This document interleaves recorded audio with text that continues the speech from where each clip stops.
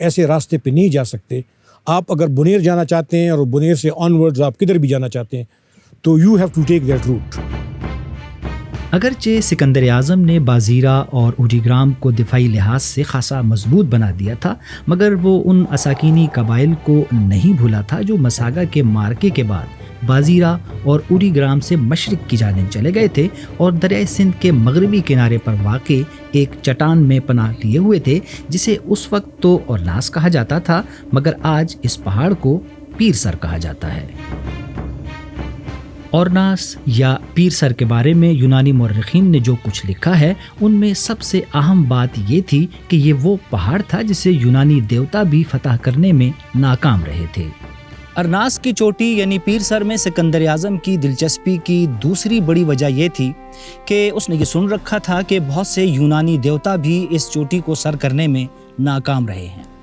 لہٰذا ایک طرف تو وہ یہاں پہ چھپے اساکینی قبائل کو ہرانا چاہتا تھا، تو دوسری جانب وہ اس مفروضے کو بھی شکست دینا چاہتا تھا جو صدیوں سے یونانی دیوتاؤں کے ساتھ منسوب چلے آ رہے تھے.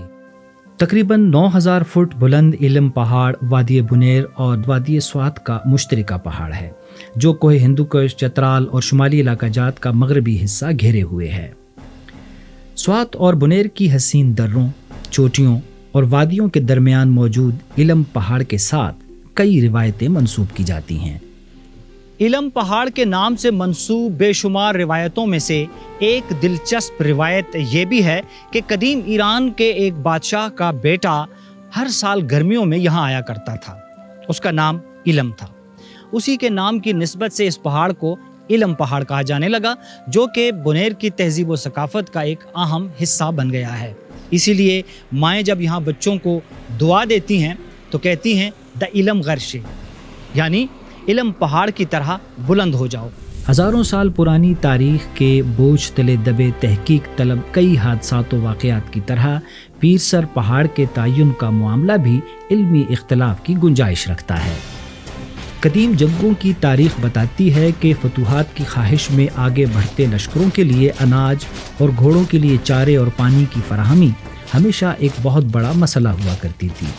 لیکن سکندر کے لشکر کو وادی گندھارا کی طرف بڑھتے ہوئے قدرتی وسائل سے مالا مال سرزمین میسر آ رہی تھی. یونانی مورخین نے ارناس کی چوٹی پر پانی کے ایک بہت بڑے چشمے کا ذکر بڑی خصوصیت کے ساتھ کیا ہے. اگرچہ علم پہاڑ پر موجود اس آبشار کا ارناس کی چوٹی پر پائے جانے والے پانی کے اس چشمے سے بظاہر تو کوئی تعلق نظر نہیں آتا، لیکن یہ آبشار اس حقیقت کی عکاسی ضرور کرتی ہے کہ جب 326 قبل مسیح میں سکندر اعظم یہاں آیا ہوگا تو یہاں پر پانی کے بہت وافر ذخائر موجود رہے ہوں گے جو کہ اس کے لشکر کے لیے بڑی اہمیت رکھتے تھے. بنیر کی زرخیزی اس کی تاریخ کی طرح ہزاروں سال سے اس خطے کو اسی طرح سرسبز و شاداب رکھے ہوئے ہے. وادی بنیر میں موجود کھیل کا یہ چھوٹا سا میدان زرخیز کھیتوں کے بیچوں بیچ بنایا گیا ہے. کھیتوں کی یہ زرخیزی سکندر اعظم کے بھی بہت کام آئی تھی، جس کے لشکر کو قدم قدم پر اناج اور گھوڑوں کو چارے کی ضرورت پڑتی تھی، اور یونانی لشکر کی ان تمام ضروریات کے لیے یہ وادی بہت کام آئی. ایک طرف تو یونانی مورخین سکندر اعظم اور بنیر میں واقع پیر سر یا علم پہاڑ کے حوالے سے مختلف واقعات کو بہت تفصیل سے بیان کرتے نظر آتے ہیں، مگر بعض اطالوی ماہرین آثار قدیمہ اس بات کی نفی کرتے ہیں کہ سکندر اعظم کڑاکڑ کے پہاڑوں کو عبور کر کے پیر سر یا علم پہاڑ کی طرف آیا. گندھارا میں سکندر اعظم کی آمد اور مقامی قبائل کے ساتھ اس کے معرکوں اور دیگر واقعات کے حوالے سے ماہرین کا اختلاف اپنی جگہ پر،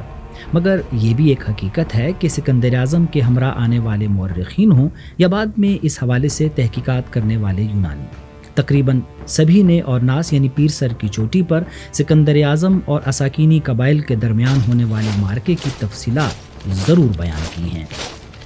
ماضی کے اورناس اور حال کے پیر سر پہاڑ میں مورچزن اساکینی قبائل پر قابو پانے کے لیے سکندر اعظم اپنے منصوبوں کو حتمی شکل دیتے ہوئے گندھارا کے میدانی علاقوں کی طرف اتر رہا تھا، اور اس پیش قدمی کے دوران اس کے راستے میں آنے والا سب سے اہم شہر پشکلاوتی تھا، جسے آج چارسدہ کہا جاتا ہے.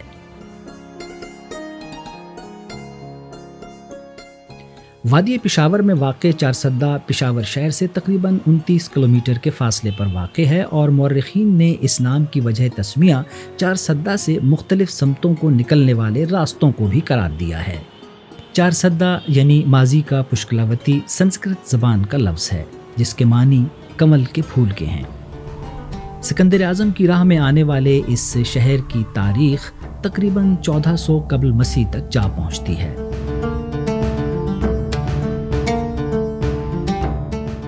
چارسدہ عمرزئی کے قریب بدھ مت کے ان آثار کو بالہ حصار کہا جاتا ہے۔ مورخین کا کہنا ہے کہ سکندر اعظم کے یہاں سے جانے کے تقریباً 150 سال بعد یونانی یہاں پر آباد ہوئے، لیکن پھر صدیوں کی دھوپ نے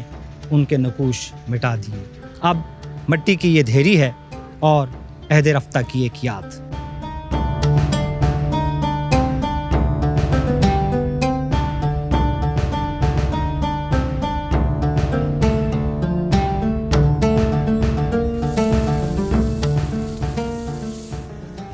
موٹے چاولوں کا منفرد ذائقہ، چارسدہ کا روایتی کھدر اور یہاں ہاتھ سے بننے والے چارسدہ وال چپل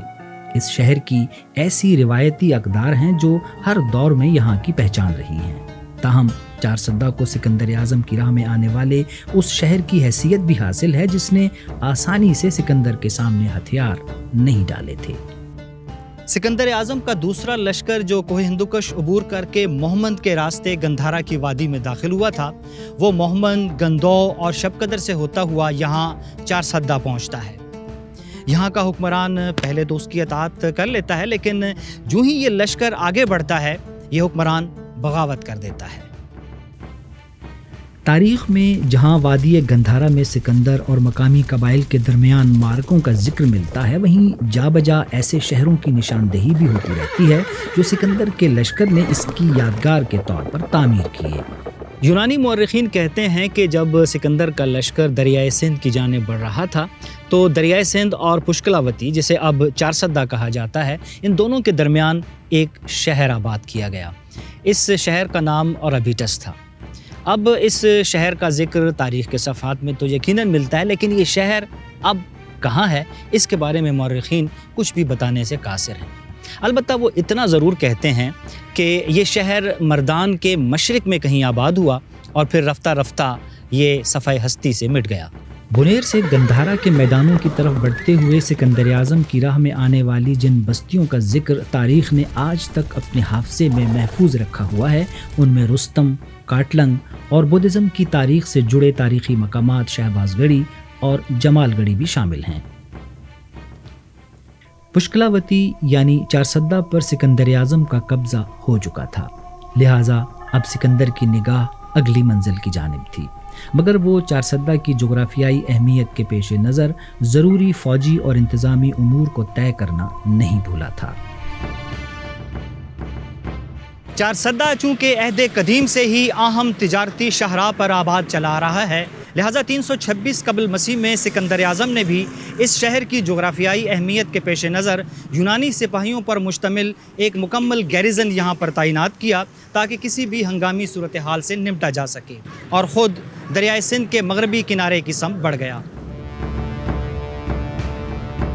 سکندر اعظم جب دریائے سندھ کی جانب بڑھ رہا تھا تو اس کے لشکر کا ایک حصہ آگے آگے چلتے ہوئے راستہ بناتا جا رہا تھا۔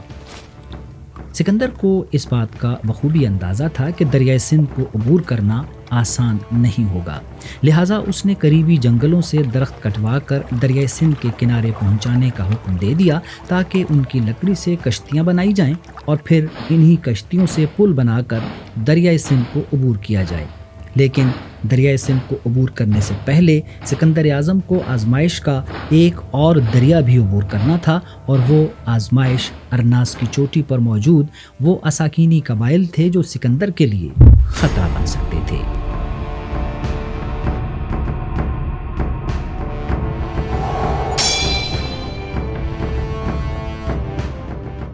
سکندر اعظم کو اب ایک ایسے مقام کی تلاش تھی جہاں وہ پڑاؤ ڈال کر ایک طرف تو دریائے سندھ عبور کرنے کی منصوبہ بندی کو عملی جامہ پہناتا اور وہیں سے ارناس کی چوٹی پر اساکینی قبائل کے خلاف فوج کشی کا آغاز کر کے اس پہاڑ کو فتح کرتا جو بقول یونانی مورخین کے دیوتاؤں کی دسترس سے بھی دور رہا تھا۔